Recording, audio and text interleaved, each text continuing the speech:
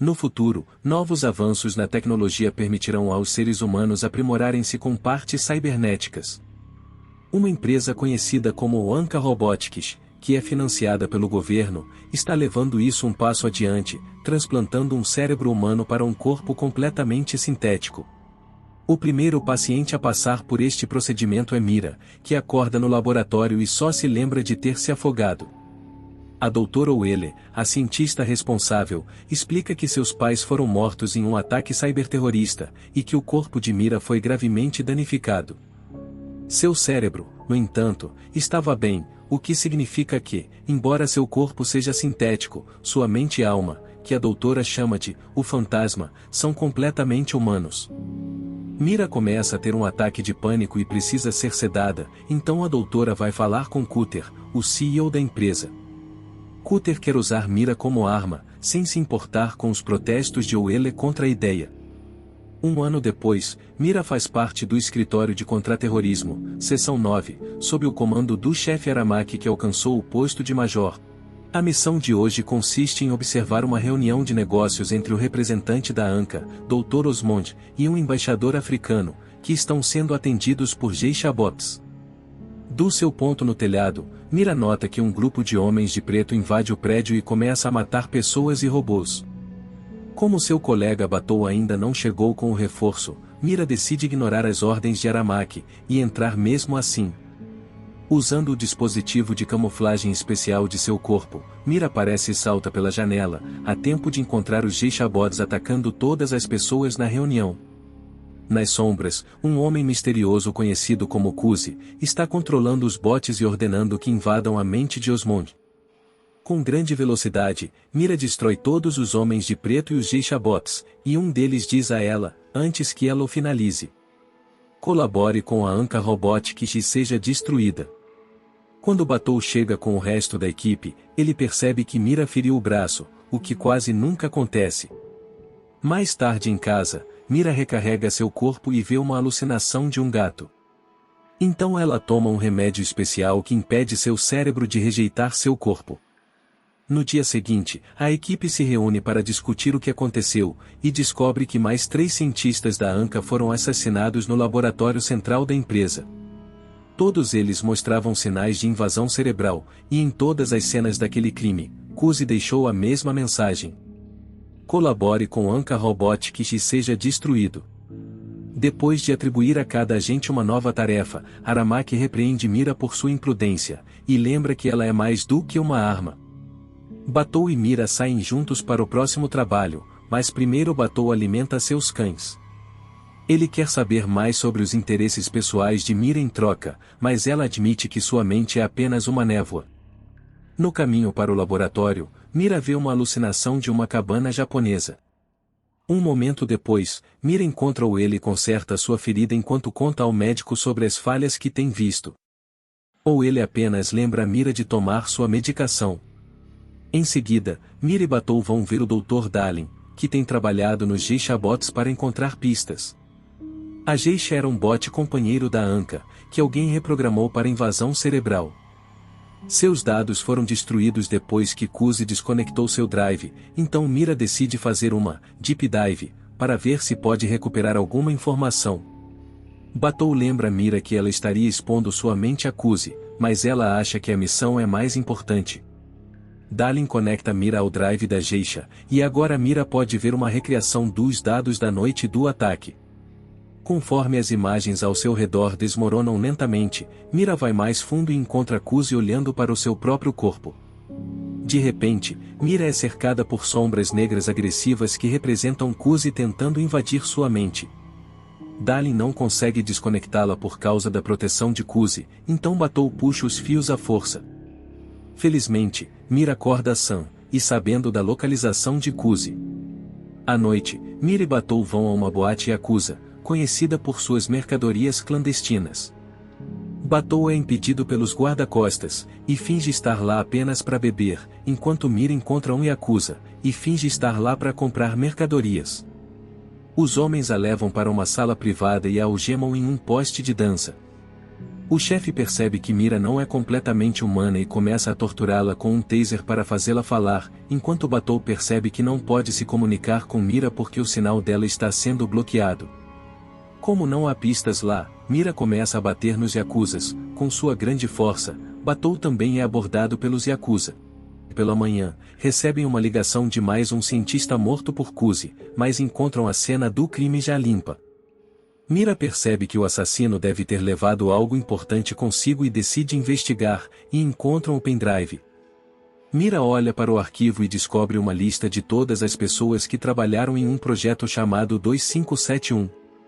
Essas são as informações que Kuzi havia roubado de Osmond e agora ele está matando todos os nomes dessa lista. Ou ele também está na lista, então Mira instiga a sua equipe a encontrá-la. Enquanto isso, Kuzi invade os cérebros de Lee e outro trabalhador de saneamento para fazê-los dirigir o caminhão contra o carro de Oele. Em seguida, eles atiram no motorista e pegam Oele quando ela está prestes a escapar, mas são interceptados pela chegada de Mira e sua equipe. Batou mata um dos trabalhadores, mas Lee escapa se tornando invisível. Mira o rastreia observando suas pegadas na água, e Lee de repente se torna visível novamente quando alcança o rio porque Kuzi não o está controlando mais. Mira fica invisível, começa a espancá-lo e Batou tem que intervir para impedir que ela mate o cara, já que precisam interrogá-lo. Lee é levado para a sede da equipe, onde jura que não sabe de nada. Parece que Kuzi apagou sua memória e o cérebro de Lee criou uma nova realidade. De repente, o comportamento de Lee muda, e a equipe percebe que Kuzi o invadiu novamente usando o detector de mentiras. Mais uma vez, Mira ignora os avisos de Aramaki e entra na cela para exigir respostas, mas Kuzi apenas pede para ela ir vê-lo. A equipe consegue rastrear a localização de Kuzi, e Kuzi se desconecta, deixando Lee em um estado mental ruim. À noite, a equipe entra em um prédio abandonado onde eles encontram dezenas de pessoas mentalmente conectadas na mesma rede. Enquanto Batou e os outros começam a bater nas pessoas, Mira vai mais fundo e descobre que a rede é formada pelas próprias mentes, e por isso que Kuzi é tão difícil de encontrar. Mira continua procurando e vê a alucinação da cabana novamente, desta vez em chamas, e as pessoas estão sendo arrastadas para longe dela. Quando a falha desaparece, Mira é atacada por trás, e depois de trocar alguns golpes, é atordoada e fica inconsciente. Momentos depois, Mira se vê pendurada em uma conexão cerebral enquanto Kuzi a observa. Ele explica que sentiu algo especial quando Mira conectou sua mente a Geishabot, e isso fez perceber que ele e Mira são iguais. Acontece que Oele mentiu para Mira. Ela não é o primeiro cérebro em um corpo sintético. O projeto 2571 tentou o mesmo procedimento em dezenas de pessoas como Kuzi, e todos foram descartados como lixo quando os experimentos falharam. O corpo de Mira só é bem sucedido porque os médicos aprenderam com seus erros do passado. Ela fica perplexa com a descoberta e fica mais confusa ainda quando é nocauteada e acorda em outra sala com o homem misterioso, Kuzi. Ele informa que ela é uma das cobaias do projeto 2571. Kuzi conseguiu escapar do descarte e agora quer vingança, que ele vê como autodefesa, mas Mira ainda pensa que ele é um assassino. Então, Kuzi desconecta Mira enquanto a provoca para atacar, mas os tiros de Mira não fazem nada. Nesse momento, Mira percebe que Kuzi tem uma tatuagem da cabana em seu peito. Kuzi não sabe o que é, mas a memória daquela cabana o assombra assim como acontece com Mira. O remédio que lhes dão na verdade suprime suas memórias, então Kuzi quer que Mira pare de tomá-lo para encontrar sua resposta. Nesse momento, a equipe interrompe, fazendo com que Kuzi fuja. Mira ignora o chamado de Batou e também corre. Horas depois, Mira aparece no apartamento de Oele fazendo ela confessar que houve 98 tentativas fracassadas antes de Mira. Cutter trouxe os corpos e Oele nunca fez perguntas, mas ela sabe que toda a coisa sobre Mira se afogando e a morte de seus pais eram memórias falsas, que deram a ela para motivá-la a lutar contra terroristas. Machucada por essa traição, Mira foge e desaparece. Aramaki pede a Batou que a encontre e Batou pega um barco para o rio porque sabe que Mira gosta de mergulhar para deixar os sinais da rede para trás. Quando Mira sobe a bordo, Batou a tranquiliza e a leva de volta para a cidade. Enquanto isso, Oele conta a Cutter que Mira sabe a verdade. No porto, Mira joga seu remédio fora. Então ela se vê cercada por guardas da Anka que a prendem imediatamente e a levam para o laboratório. Quando é entregue aos cientistas, Mira é sedada e vê uma alucinação de dois pacientes desesperados alcançando um ao outro antes de adormecer. Momentos depois, Cutter ordena a Oele que desligue Mira, porque agora ela é uma terrorista. Oele se recusa, porque Mira não é um modelo fracassado, mas Cutter a ameaça para obedecer sua ordem. Para distrair Cutter, Oele dá a Mira uma injeção, mas ela usa medicamento em vez de veneno. Então, ela entrega a Mira um endereço com informações sobre seu passado e permite que ela fuja. Enquanto Mira luta com cada guarda que aparece em seu caminho, Cutter mata Oele como punição. Logo depois, Cutter encontra com Aramaki, e conta para ele que Mira matou Oele, e agora ele quer que a equipe a persiga como a criminosa que ela é.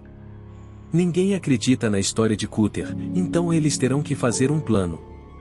Na manhã seguinte, Mira vai para o endereço que Oele deu a ela e encontra o gato que ela viu em sua alucinação. Este gato pertence a Airi, que convida Mira para entrar quando percebe que o gato estranhamente gosta dela. Dentro, Mira encontra uma miniatura da cabana dentro de um quarto abandonado. A senhora explica que pertence à sua filha Motoko, que morreu há 1 ano.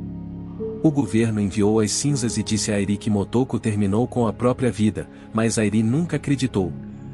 Motoko era uma garota feliz que vivia na zona sem lei com seus amigos, e escrevia manifestos sobre como a tecnologia destruiu o mundo. Airi admite que Mira lembra sua filha, fazendo Mira perceber que seu cérebro é de Motoko. Sobrecarregada com emoção, Mira foge e entra em contato com Aramaki, contando toda a história para ele. Aramaki acredita nela, mas eles não podem provar porque Oele está morto. Ouvindo isso, Mira fica furiosa e pede a Aramaki para colocar a conversa na rede de propósito para que Kuzi possa encontrá-la. Aramaki promete se encontrar com o primeiro-ministro para fazer com que Cutter pague por seus pecados, e essa conversa também é ouvida por Cutter. Guardas da Anka são enviados para matar a Seção 9, mas Aramaki espera por eles e os derruba facilmente. Em seguida, ele avisa aos membros de sua equipe, que agem rapidamente. Paralelo a isso, Mira vai até a cidade sem lei, onde fica sua antiga casa. Aquela cabana que sempre aparece em seus pensamentos. Mira começa a ter flashbacks de sua antiga vida, de repente, eles são atacados por guardas da Anka e vários outros ciborgues. Durante a luta, Mira vê a própria imagem refletida em uma superfície, mas a pessoa refletida não é ela mesma. É Motoko. Se aproximando da cabana, ela entra e reconhece os detalhes do lugar, trazendo suas memórias do passado, quando de repente Kuzi aparece. Mira lembra o que Cutter e os soldados fizeram com eles. Mira olha nos olhos de Kuzi e diz que seu verdadeiro nome é Hideo e revela que os dois moravam naquela cabana. Com permissão do primeiro-ministro, Aramaki mata Cutter por seus crimes. Alguns dias depois, Mira visita o túmulo de Motoko e encontra Airi, que finalmente percebe quem Mira é e a abraça, aceitando-a como sua filha. Depois disso, Mira se junta à equipe para continuar trabalhando na manutenção da segurança da cidade. O filme termina com a equipe se reunindo para encontrar uma maneira de impedir que a Anka continue seus experimentos ilegais. Gostou do vídeo? Deixe seu like, e comente sugestões de outros filmes pra gente trazer aqui no canal, e aproveite para se inscrever e assistir outros filmes, você com certeza vai gostar. Canal Resumo Flix. Os melhores resumos pra você.